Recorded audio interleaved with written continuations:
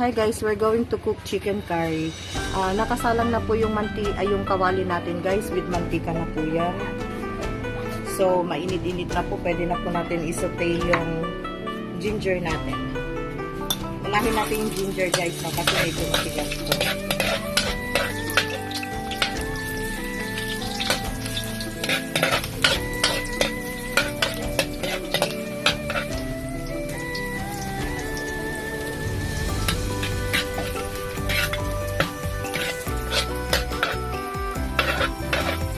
Okay guys, umamoy na po yung yung ginger natin. Pwede na po natin isunod yung onion. Then later on, pag medyo nag-brown na po ito sa pagkakasutay natin, pwede na din na po natin isunod yung garlic.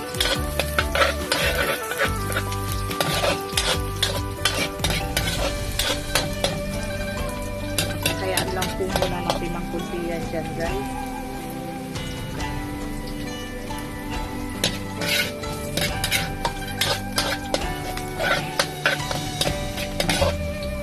Then, ito na po yung garlic natin.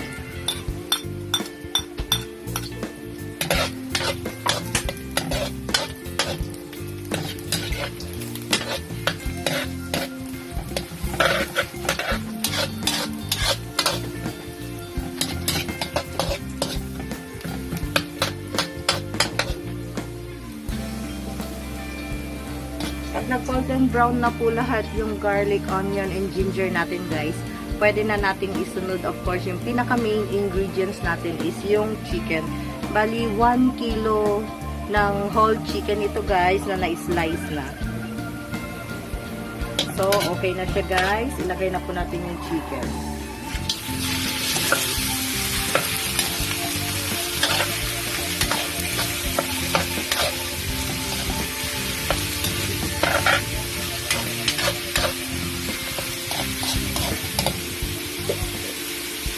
Halo-haliun lang natin ng konti guys. Then later on, ilalagay ko na yung natin, yung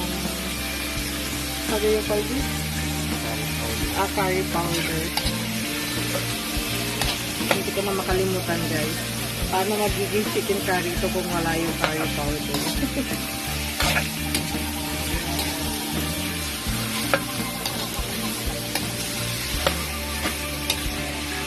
Putol yung video natin kanina guys. So nasautay na natin ng kaunti yung chicken. Then pwede na natin ilagay yung curry powder. Yung curry powder natin guys is about 3 teaspoonful po, para lumasa na siya kaagad dun sa chicken.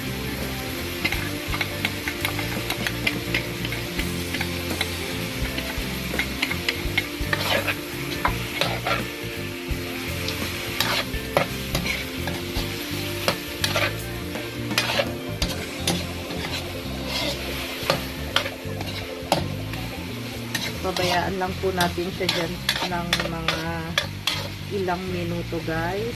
Amoy na yung curry guys. Ang sarap.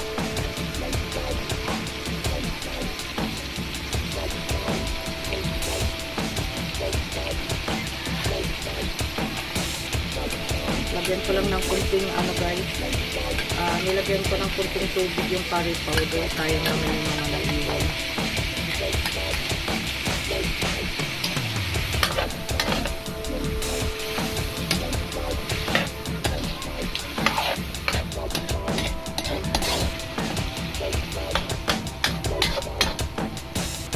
So, hayaan muna natin siya saglit yan guys. Let's cover it for about 5 minutes.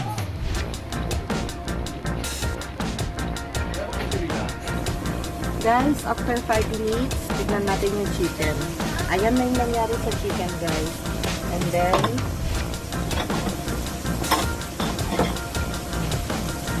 guys, ilalagay ko pala yung brown paper natin. Yung iba guys, ang ginagamit nila is yung peppercorn. Ako, mas gusto ko yung yung powdered na ground flour. Ground na siya.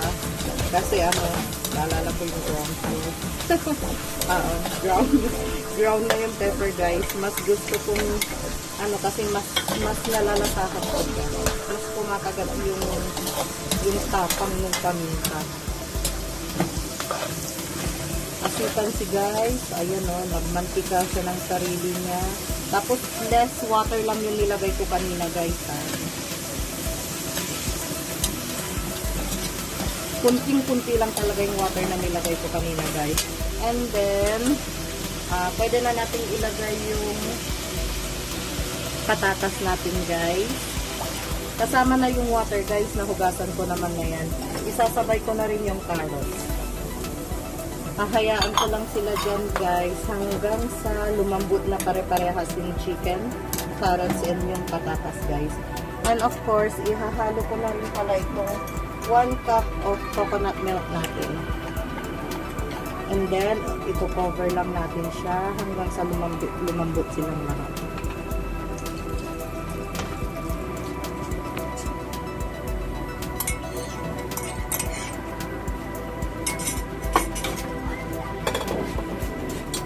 So, i-cover na natin siya guys. So, you can see guys, kulong-kulo na po yung chicken curry natin. Hintayin lang po natin na lumambot lahat yung ingredients. And then, yung sauce natin is mag-thick. Tapos, saka na lang natin siya, titimplahan ng asin.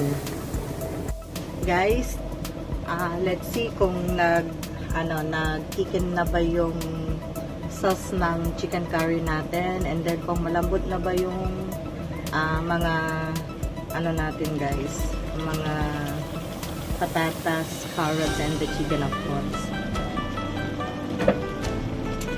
para matimplahan na natin siya ng asin guys. Gusto ko siyang nagtikan na nga siya guys. Alam niyo guys, dati ang ginagawa namin dito, kasi may nagbibinta dito ng hot pandesal sa amin 24 hours. So, mas gusto namin sinasawsaw ang pandesal dito kaysa ipinapartner namin siya sa rice. Check natin guys yung potato natin Saan ang tinidor ko? Tinidor ni baby. Yan guys. Malambot na guys.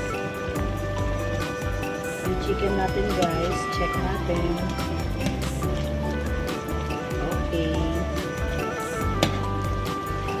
So, titimplahan na natin siya guys ng asin.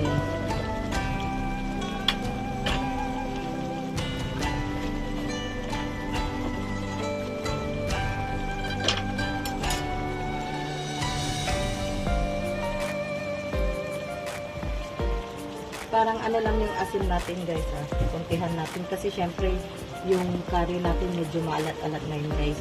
So yung asin natin medyo lang, konti lang, mga half of teaspoon lang guys hindi spoon, teaspoon guys. Halo-haluin natin. Super thick na siya guys Ang sarap sana lagyan ng guys, ng sili, kaso meron akong baby. So, hindi ko na siya lalagyan ng sili, guys.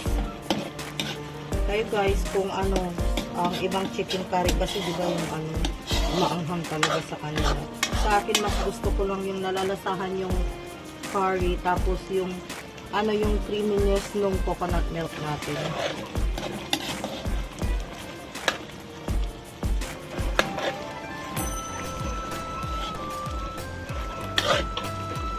Ganda na ng pagkakatik ng sauce guys.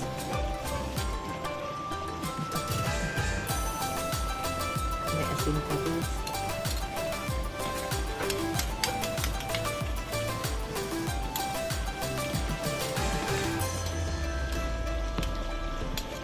Tikman lang natin guys, then pwede na nating i-off.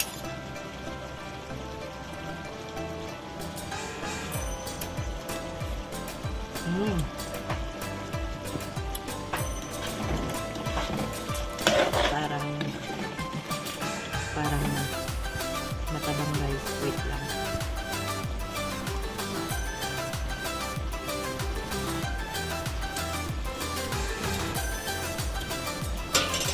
Okay na siya guys.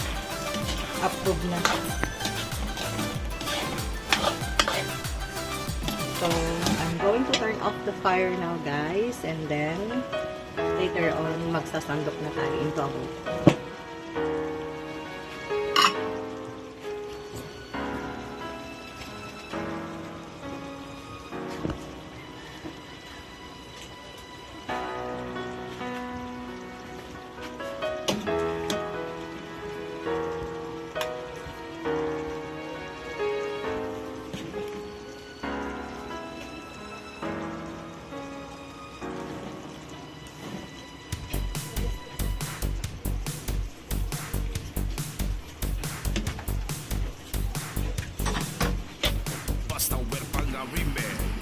So guys, ito na po yung outcome ng chicken curry natin.